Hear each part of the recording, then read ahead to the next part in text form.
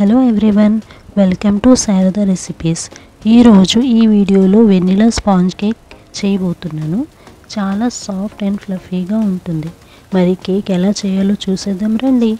నేను 900 grams cake చేస్తున్నాను. దానికి మెజర్మెంట్స్ కూడా చూసేయండి.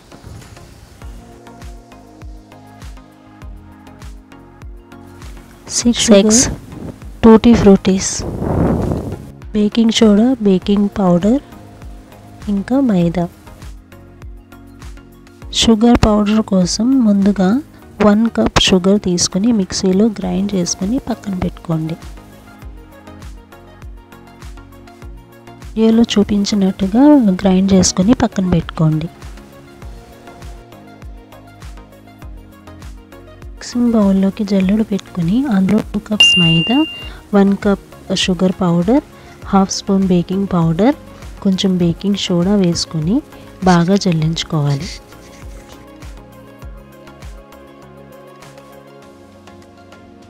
జల్లించుకోవడం వల్ల ఎక్కడ ఉండలు లేకుండా బాగా వస్తుంది. జల్లించుకున్నాక ఒకసారి స్పూన్తో కలుపుకోవాలి.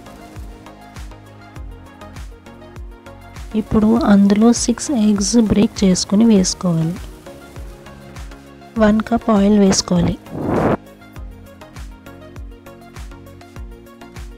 1 స్పూన్ వెనిలా ఎసెన్స్ వేసుకోవాలి.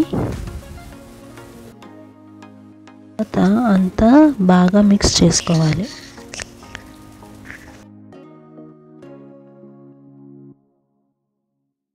వీడియోలో చూపించినట్టుగా మిక్స్ చేసుకోవాలి. తర్వాత బీటర్తో బాగా బీట్ చేసుకోవాలి. ఒక 5 to 7 మినిట్స్ బీట్ చేసుకుంటే ఫ్లఫీగా సాఫ్ట్గా వస్తుంది కేక్. ఈ విధంగా కేక్ చేస్తే పిల్లలు పెద్దలు ఎంతో ఇష్టంగా తింటారు. ఇంకా చాలా ఫాస్ట్గా కూడా అయిపోతుంది. ఇంట్లో చేసుకుంటే ఎంత తిన్నా ఏ ఇబ్బంది ఉండదు.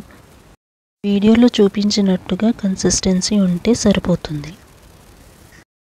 లాస్ట్లో మీకు నచ్చిన డ్రై ఫ్రూట్స్ వేసుకోండి.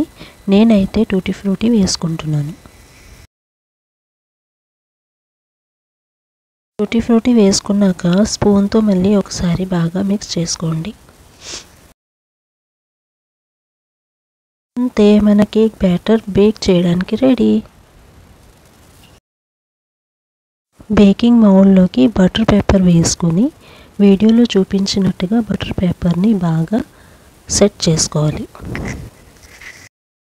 సెట్ చేశాక బ్యాటర్ మొత్తం నీట్గా మౌల్డ్లో వేసుకోవాలి. బ్యాటర్ మొత్తం వేసాక మౌల్డ్ని ఒక 2-3 టైమ్స్ ట్యాప్ చేసుకోవాలి. లాస్ట్లో టూటీ ఫ్రూటీ కానీ డ్రై ఫ్రూట్స్ కానీ వేస్తే చూడడానికి బాగుంటుంది.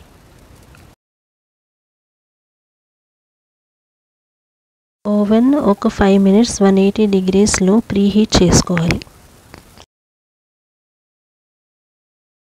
తర్వాత మన కేక్ని ఓవెన్లో పెట్టి 45 మినిట్స్ 180 డిగ్రీస్లో పెట్టుకోవాలి.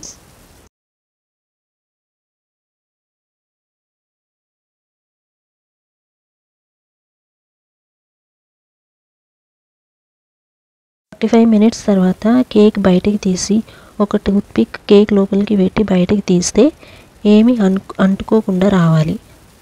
అలా వస్తే కేక్ రెడీ అయినట్టు. ఏమైనా పేస్ట్ అంటుకుని వస్తే ఇంకా కాసేపు బేక్ చేసుకుని తీసుకోవాలి. అంతే.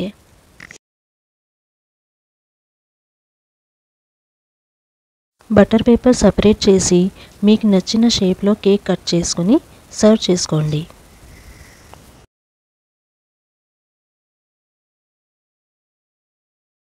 చూసారు కదా వెనిలా స్పాంజ్ కేక్ చేసుకోవడం ఎంత సింపుల్ అని.